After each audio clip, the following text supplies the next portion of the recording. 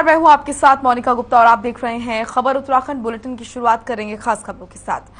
मुख्यमंत्री पुष्कर सिंह धामी ने हरिद्वार के कनखल स्थित दक्षेश्वर महादेव मंदिर में पूजा अर्चना कर भगवान शिव का आशीर्वाद लिया और इस दौरान उन्होंने अखाड़ा परिषद से जुड़े संतों से भी मुलाकात की और बंद कमरे में हुई मुलाकात के दौरान सीएम धामी ने साधु संतों के साथ आगामी कांवड़ मेले को लेकर चर्चा की। वहीं अखाड़ा परिषद के अध्यक्ष और महानिर्वाणी अखाड़े के सचिव महंत रविंद्रपुरी ने कहा कि भगवान शिव के आशीर्वाद से पुष्कर सिंह धामी दोबारा उत्तराखंड के सीएम बने हैं। दोबारा सीएम बनने के बाद पुष्कर सिंह धामी ने भगवान शिव का आशीर्वाद लिया, पूजा अर्चना की, आभार व्यक्त किया।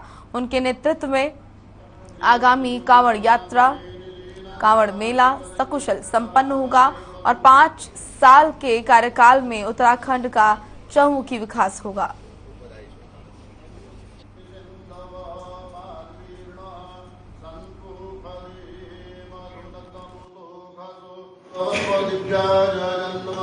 माननीय मुख्यमंत्री जी जब पहली बार मुख्यमंत्री बने पिछले वर्ष 4 जुलाई को उनका शपथ ग्रहण हुआ था और 5 जुलाई को उन्होंने आकर के भगवान का अभिषेक किया था। तो हम लोगों ने भगवान से प्रार्थना की थी कि अगले वर्ष भी आपके हाथ से यहाँ पूजन होगा और आप पुनः मुख्यमंत्री बनेंगे। तो भगवान शिव का धन्यवाद और आशीर्वाद प्राप्त करने के लिए आए। उन्होंने आकर के भगवान शिव का अभिषेक किया और सभी अखाड़े आश्रमों के पूज्य संतों का उन्होंने आशीर्वाद लिया कि आने वाला जो कांवड़ मेला है वो आपके नेतृत्व में सकुशल संपन्न हो। सभी संतों ने उन्हें आशीर्वाद दिया और आगे उत्तराखंड राज्य का चहुमुखी विकास हो। इन्हीं आशीर्वाद के साथ वो उन्होंने यहाँ आजादी के अमृत महोत्सव पर पर्यावरण और वन मंत्रालय भारत सरकार की ओर से हरियाली सप्ताह महोत्सव का पूरे देश में मनाया जा रहा है। इसी कड़ी में कोटद्वार के नगर वन क्षेत्र पनियाली में वन विभाग ने वृक्षारोपण कार्यक्रम का आयोजन किया। इस दौरान विधानसभा अध्यक्ष ऋतु खंडूरी भूषण ने कई तरह के पौधों को लगाया और पर्यावरण संरक्षण का संदेश दिया।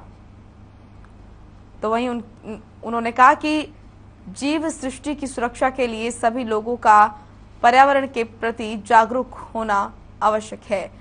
साथ ही उन्होंने कहा कि हम तभी तक सुरक्षित हैं जब तक हमारा पर्यावरण सुरक्षित है। राजकीय महाविद्यालय मार्ग पनियाली वन क्षेत्र में आयोजित वृक्षारोपण कार्यक्रम के दौरान पौधे लगाने से पहले विधानसभा अध्यक्ष सहित वन विभाग के अधिकारियों और स्कूल के छात्र छात्राओं ने विधिवत भूमि पूजन भी किया।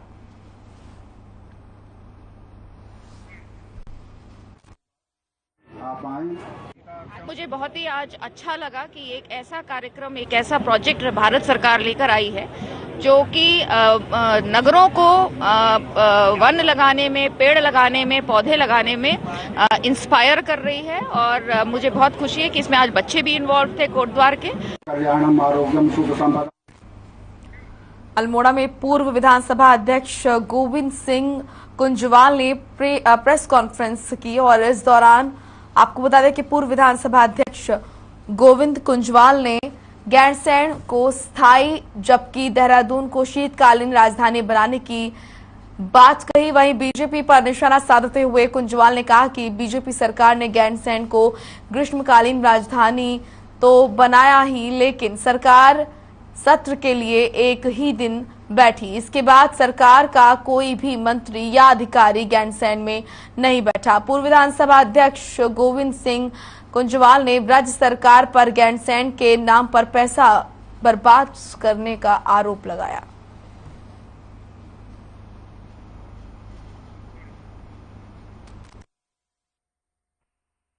जो पिछली सरकारों ने जो निर्णय किया है, चाहे ग्रीष्मकालीन राजधानी का निर्णय किया हो, चाहे वहाँ विधान भवन बनाने का निर्णय किया हो और चीजों को बनाने का निर्णय किया हो, जो बन चुका है, उसकी इस वर्तमान सरकार को कोई चिंता नहीं है और उसको इग्नोर करके ऊपर पैसा बर्बाद हो, ये सरकार चाह रही है। और मैं समझता हूँ ये हमारे विशेष रूप से जो राज्य बनाने की भावना थी उसके ठीक विपरीत भी है। उससे बहुत बड़ा नुकसान इस राज्य को होने जा रहा है। इसको मद्देनजर रखते हुए मेरी ये मांग है कि सरकार स्थायी राजधानी गैरसैंण को घोषित करे और वहां पर सचिवालय भवन के लिए पैसा मुक्त करके वहीं हरिद्वार में वन विभाग ने नगर वन तैयार किया है और आपको बता दें कि जो कि आम जनता के लिए खोल दिया गया है। नगर वन में रुद्राक्ष वन जापानी तकनीक मियावाकी से तैयार हरियाली और बच्चों के खेलने के लिए झूले जैसी कई सुविधाएं मौजूद रहेंगी। केंद्रीय वन और पर्यावरण मंत्री भूपेंद्र यादव ने ऑनलाइन जुड़कर नगर वन का उद्घाटन किया। आपको बता दें कि हरिद्वार में गंगा की नील धारा के किनारे 4.5 हेक्टेयर की जमीन पर खास नगर वन यानी कि सिटी फॉरेस्ट न सिर्फ हरिद्वार के लोगों बल्कि सैलानियों को भी खास अनुभव यहां पर देगा। और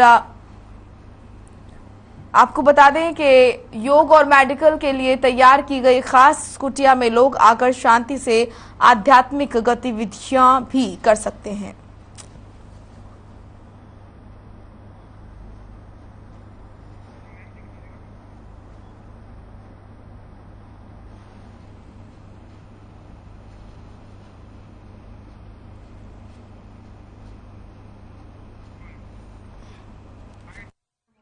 हाँ जी।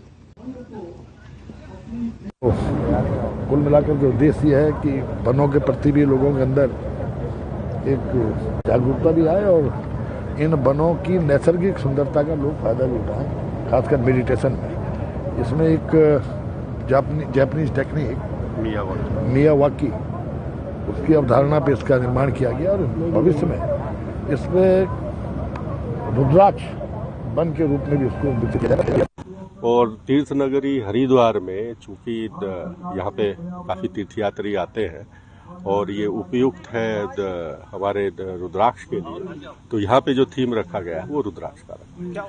ये देखिए, एक तो मैंने कहा ये थीमेटिक है, पूरा थीम बेस्ड, इसकी जितनी भी डेवलपमेंट और कार्रवाई होगी वो थीम बेस्ड होगी। तो एक तो रुद्राक्ष हमारा सेंटर में है थीम के, दूसरा एक मियावाकी का पैच हम तैयार कर रहे हैं मियावाकी से, जिससे कैसे एरिया को जल्द से जल्द हम वन क्षेत्र में इसको बदल सकें। नगर वन जो ये बना है ये पूरी तरीके से जो है यहाँ के जो लोकल जो हमारे रहने वाले कनखल, हरिद्वार और जौलापुर के आसपास क्षेत्र के रहने वाले जितने लोग हैं उनको इसमें आकर एक बार देखना चाहिए। नगर वन जिस हिसाब से ये तैयार किया गया है, इसमें बच्चों के लिए इन्होंने एक बहुत अच्छा एक सैंड बीच की तरह इसको तैयार भी किया है। एक तरफ जहां उत्तराखंड में स्वास्थ्य विभाग की तरफ से बड़े बड़े दावे किए जा रहे हैं, वहीं देहरादून के दून अस्पताल में मरीजों को ले जाने के लिए स्टाफ नहीं मिल पा रहा है।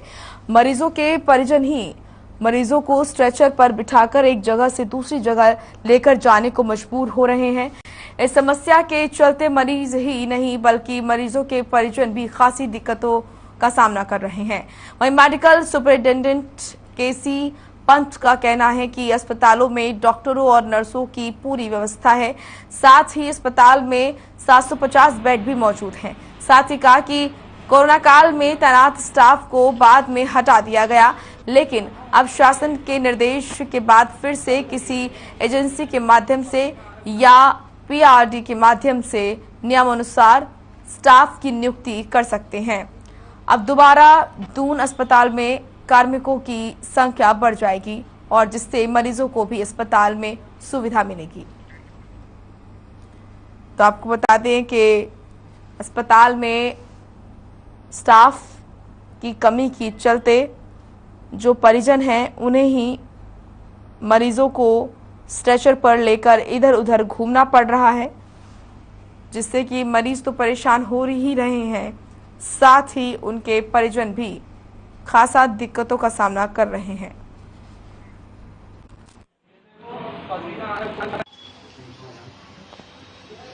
देखिए, हमारे अस्पताल में वर्कलोड बहुत है। बेड्स हमारे 750 हैं। ऑपरेशन डेली होते हैं। मरीज हमेशा भर्ती होते हैं। विशेष रूप से जब कोई इमरजेंसी या मौसम की वजह से या कोई अन्य रोड साइड एक्सीडेंट के केसेस आते हैं तो हमारे अस्पताल में एक तो उसकी जो पोजीशन है बहुत ही लोगों को इजीली अप्रोचेबल है और लोगों को विश्वास है हमारे अस्पताल। चलिए अब खबर बड़कोट से है, जहां यमुना घाटी में हुई जोरदार बारिश ने एक बार फिर किसानों के जख्म हरे कर दिए हैं। यमुना घाटी से लेकर टॉन्स घाटी तक बारिश ने तांडव मचा रखा है। बारिश इतनी जोरदार हुई कि पानी, मलबा और खेत खलियान पूरी तरह से तबाह हो गए। ये तस्वीर किसानों में खौफ पैदा कर रही है। वहीं सौली गदरा उफान पर आने से सेब मंडी तक पहुंचाने के लिए लोगों को बड़ी समस्याओं का सामना करना पड़ रहा है। सड़कों के बंद होने से बचे कुचे टमाटर भी सड़ने लगे हैं।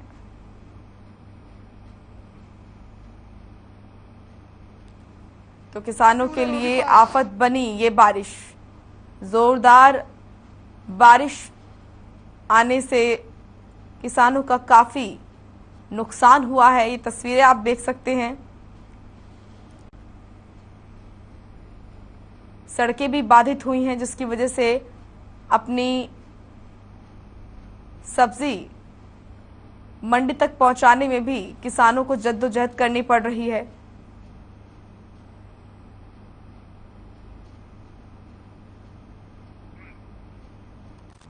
झाड़ी है। 5-6 तारीख को मध्य रात्रि में हुए भारी अतिवृष्टि से जो हमारी यमुना घाटी में उससे काफ़ी सारा नुकसान हुआ। हमारे कई गांव जैसे कलोगी, धारी, हिमरोल, पालूका, खावला वगैरह गांव में बताया जा रहा है कि बादल फटने से वहां पे पूरा गधेरा आया और कई मकानों को अपने साथ क्षतिग्रस्त करते हुए आगे बढ़ा। इसके साथ साथ जो हमारा कुआं कपनोल मोटर मार्ग है उसको भी कई जगह से बाधित हो रखा है, जिससे गाड़ियों, जो लोड गाड़ियां हैं देहरादून, सहारनपुर मंडियों में जाते हैं, वह वहां पे नहीं जा पा रही हैं और जिससे हमारा सेब, आलू, टमाटर आदि फसल यहाँ पे कोटद्वार में घंटों बिजली कट से इंडस्ट्रियल एस्टेट पर बहुत बुरा प्रभाव पड़ रहा है, जिसके कारण हर दिन सरकार को करोड़ों का नुकसान हो रहा है। आपको बता दें कि शुक्रवार को कोटद्वार स्टील इंडस्ट्रीज के अध्यक्ष पवन अग्रवाल ने जानकारी देते हुए बताया कि प्रदेश में विद्युत विभाग की मनमानी चल रही है और अलग अलग इंडस्ट्रीज में मनमाने ढंग से रोस्टिंग की जा रही है। साथ ही उन्होंने कहा कि कोटद्वार स्टील इंडस्ट्री में 8 से 9 घंटे की रोस्टिंग की जा रही है, जिसके कारण हर दिन सरकार को भी करोड़ों के राजस्व का नुकसान हो रहा है।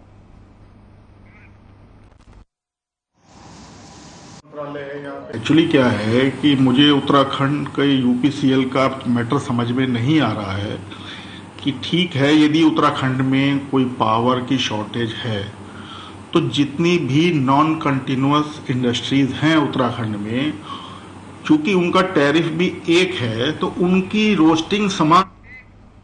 अल्मोड़ा में घरेलू गैस सिलेंडर के दामों में हो रही बढ़ोतरी के विरोध में कांग्रेस कार्यकर्ताओं ने मोदी सरकार का पुतला फूका।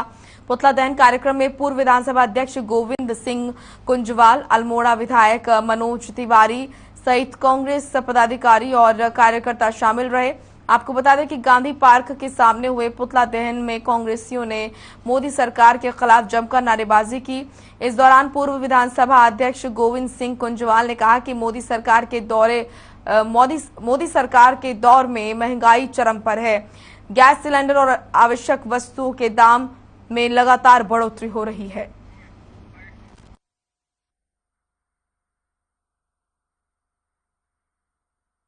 और मैं इतना कहना चाहूँगा कि गरीब आदमी, अगर यही महंगाई लगातार बढ़ती गई और जिस तरह से रुपया हमारा गिरता जा रहा है, बेरोजगारी बढ़ती जा रही है और आर्थिक स्थिति भी देश की खराब होते जा रही है, तो ऐसी स्थिति में कभी ये स्थिति न बने कि देश के लोग सब परेशान हों।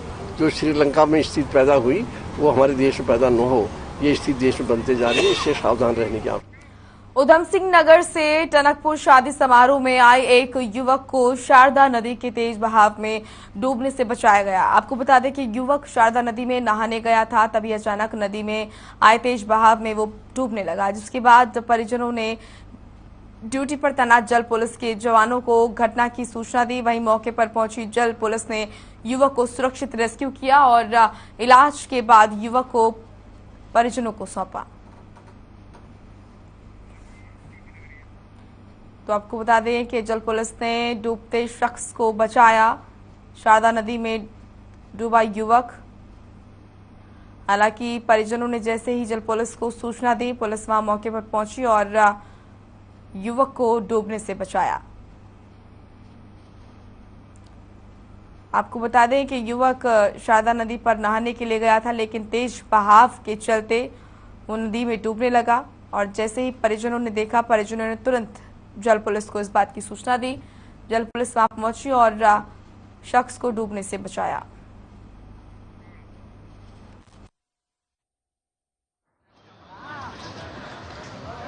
आज मैं डूबने से बाल बाल बचा हूँ। आज मुझे उत्तराखंड की पुलिस ने मुझे डूबने से मुझे बचाया है, मेरे को जिंदगी से बचाया है आज मेरे मरने से। मैं उसका दिल से तहे दिल से धन्यवाद करता हूँ और आगे के लिए इनको ये धन्यवाद करता हूँ कि आगे भी इसी सेवा करते रहें।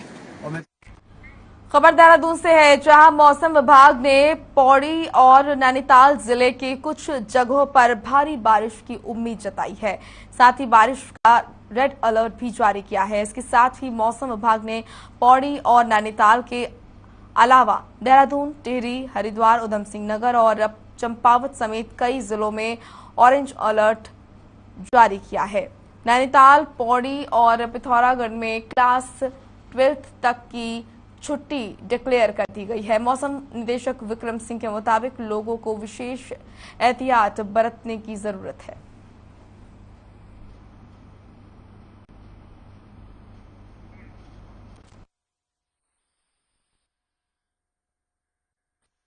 तारीख को जाएंगे तो जो बारिश की एक्टिविटी वो काफी बढ़ जाएगी और उसकी वजह से जहां हल्की से मध्यम बारिश है सभी जगहों में मिलेगी। उसके साथ साथ आप देखेंगे जो भारी से बहुत भारी बारिश है वो कुछ जगहों में जो हमारे खासकर 2 डिस्ट्रिक्ट हैं जिसमें कि पौड़ी और नैनीताल की अगर बात करें तो इनमें कुछ जगहों तक भारी से बहुत भारी बारिश मिलने वाली है। और साथ ही जो अत्यधिक भारी है कि 21 सेंटीमीटर या उससे भी ज्यादा रेनफॉल जो है 24 आवर्स। हल्द्वानी सहित आसपास के इलाकों में लगातार भारी बारिश हो रही है। सुबह से हो रही बरसात से आम जनजीवन पूरी तरह से अस्त व्यस्त हो गया है। जगह जगह जलभराव से लोगों के घरों और दुकानों के अंदर तक पानी घुस गया। इन सब के बीच नगर निगम के नाले और नहर सफाई के दावों की पोल खुल गई है। लोगों को इस बारिश में भारी मुसीबत का सामना करना पड़ रहा है। नैनीताल जिले में अगले 24 घंटे भारी बारिश का अलर्ट भी जारी किया गया है, जिसको देखते हुए जिलाधिकारी ने जिले के सभी स्कूलों में छुट्टी देने के आदेश दिए हैं। साथ ही बारिश के रेड अलर्ट को देखते हुए एसडीआरएफ और आपदा प्रबंधन टीम को 24 घंटे अलर्ट पर रखा गया है। इसके अलावा भूस्खलन वाली जगहों को चिन्हित कर जेसीबी तैनात की गई है। साथ ही अधिकारियों ने आम जनता से अपील की है कि घर से बाहर निकलने से पहले मौसम का पूर्वानुमान जरूर देखें और सड़कों के हालात पता कर लें ताकि आवाजाही में किसी तरह की समस्या न हो।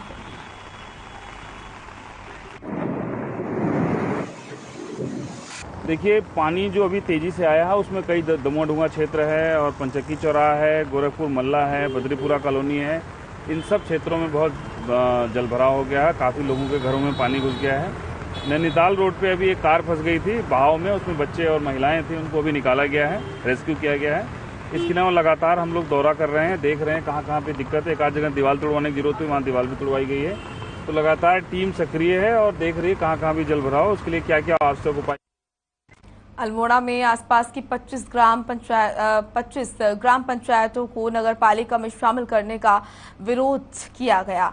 इसी सिलसिले में नाराजगी जाहिर करते हुए ग्रामीणों ने बाजार में जुलूस निकाला। इस दौरान 25 ग्राम पंचायतों के जनप्रतिनिधियों ने और गांव के लोगों ने गांधी पार्क में एकजुट होकर नारेबाजी की। प्रदर्शन कर रहे लोगों का कहना है कि शासन और नगर पालिका ने एक तरफा फैसला लिया है। साथ ही कहा कि जो लोग गांव में खेती बाड़ी कर रहे हैं उन्हें नगर पालिका में कई टैक्स देने होंगे। साथ ही चेतावनी दी है कि अगर नगर पालिका ने ये फैसला वापस नहीं लिया तो आगे उग्र आंदोलन करेंगे।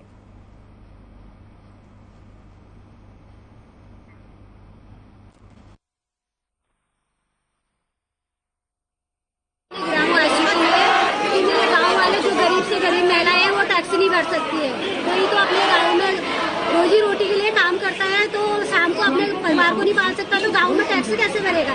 इसलिए मैं चाहती हूँ कि मेरा गांव हमेशा स्वतंत्र रहे। अपने आजादी के लिए हम अपना खून पसीना सब बहा देंगे, हमेशा अपने आजादी के लिए लड़ते रहेंगे। मेरा गांव सुरक्षित हो, यही मेरी दिल से हार्दिक शुभकामनाएं हैं। मैं ग्राम प्रधान जो नगर पालिका द्वारा जो शासन को यहाँ से प्रस्ताव भेजा गया है कि 25 ग्राम पंचायतों को जबरदस्ती नगर पालिका में मिलाया जा रहा है, इसी का आज हम सारे 25 के 25 ग्राम पंचायतों के जो संख्या यहाँ पर अब पहुंची है, इस नगर पालिका का कड़ा विरोध करते हैं। और आगे अगर नगर पालिका और प्रशासन द्वारा हमारी मांगे नहीं मानी गई तो हम उग्र आंदोलन देंगे। पालिका का जो प्रस्ताव है सरकार द्वारा, जो नगर पालिका को ये प्रस्ताव जो दिया गया है नगर पालिका द्वारा, इसका 25 के 25 ग्राम प्रधान 25 के 25 गाँव इसका कड़ा विरोध करते हैं।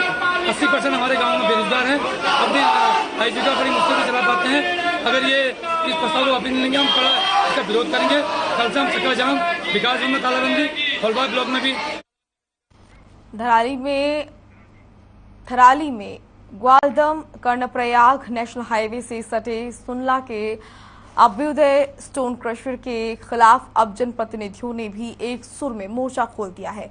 जनप्रतिनिधियों ने स्टोन क्रशर के मनमाने रेट भंडारण समेत स्टोन क्रशर की जांच की मांग की है और चमोली जिलाधिकारी के नाम उप जिलाधिकारी को ज्ञापन भी भेजा। ज्ञापन में जनप्रतिनिधियों ने क्रशर में अवैध रूप से अधिक भंडारण, मनमाने रेट, खरीद के सापेक्ष कम रवन्ना, राजस्व चोरी समेत कई आरोप क्रशर संचालक पर लगाए हैं।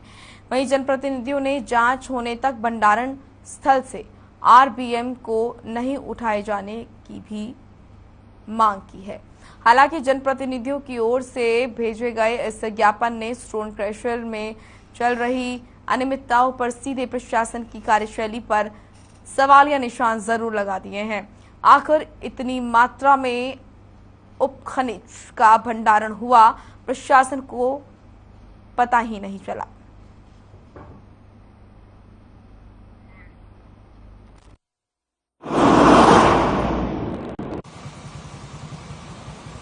लोग आए थे और इनके द्वारा एक ज्ञापन दिया गया जिलाधिकारी महोदय को, जिसको हमने कल ही भिजवा दिया है। और इस पे मैंने तहसीलदार और जो खनन अधिकारी हैं उनको भी मैंने अपनी तरफ से भी इसमें कार्रवाई करते हुए उनको इसमें जांच करने के लिए कह दिया है, ताकि वो चेक हो जाए कि हमारे अनुसार चीजें हैं। हमारे जो कुछ प्रधान लोग हैं और कुछ हमारे पार्टी के कार्यकर्ता हैं, तो इनका ये कहना है कि जो हमारे रेत महंगा कर रखा है, तो सभी का कहना ये है कि इसमें रेत जो महंगा कर रखा है वो कम करने की मांग कर रखी है। अगर कम ना करे तो इसमें सितारगंज में बिजली की कटौती होने से लोग काफी परेशान हैं। 8 घंटे तक उमस भरी गर्मी में हो रही कटौती के कारण पेयजल आपूर्ति प्रभावित हो गई। जल संस्थान उपभोक्ताओं को पर्याप्त पानी सप्लाई नहीं दे पा रहा है और पानी की किल्लत से निपटने के लिए शहरवासियों को वाटर टैंक का सहारा लेना पड़ रहा है। वहीं इस मामले में एसडीएम ने अघोषित कटौती करने वाले विद्युत विभाग के अफसरों से जवाब मांगा है।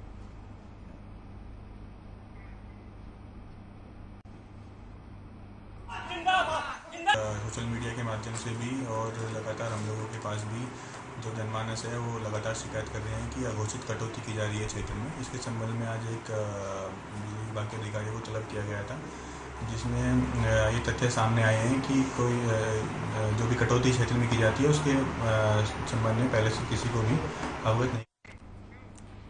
ऋषिकेश के वनखंडी की गली नंबर 7 में लोग पानी की समस्या झेल रहे हैं। दरअसल घरों में नालों से सीवर का गंदा पानी आ रहा है। नहाना धोना तो छोड़िए, यहाँ के लोग पीने के पानी को भी तरस रहे हैं।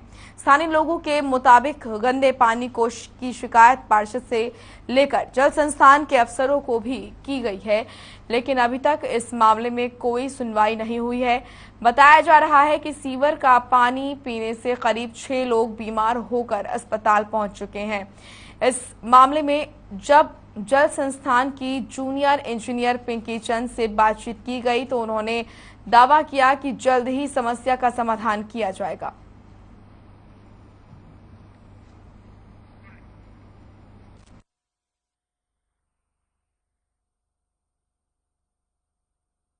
हमारे क्षेत्र में जो बनखंडी में हम रह रहे हैं, गली नंबर 7 में गंदा पानी आ रहा है। 1-1.5 महीने से मजबूर हो रहे हैं हम। बाजार से कैंपर मंगा के पीने का पानी रख रहे हैं, उसी में ही खाना बना रहे हैं। और घर के अंदर भी पानी अगर हम मोटर चलाते हैं तो पूरे घर में बदबू हो रही है। इतना गंदा पानी, हम पूरा परेशान है। बच्चे बीमार, हम बीमार, सबके पेट में दर्द हो रहा है, इन्फेक्शन फैल गया। ये बनखंडी गली नंबर 7 में रहते हैं और ये लगभग 1.5 महीने से हम इतने परेशान हो रखे हैं। ये सीवर का पानी हमारे नलों में आ रहा है। ये मैं निर्मल हॉस्पिटल में मैंने आपकी रिपोर्ट भी दिखा दी है। 1.5 महीने से मेरे पेचेस बंद नहीं होने वाली, जिसमें मेरी बेटी भी बीमार हो रखी है। 1.5 महीने उसको भी हो गए और ये सीवर का पानी ये हम आपको दिखा रहे हैं, सीवर का पानी आ रहा है हमारे। चलिए फिलहाल इस बुलेटिन में इतना ही। आप देखते रहिए हर खबर। नमस्कार।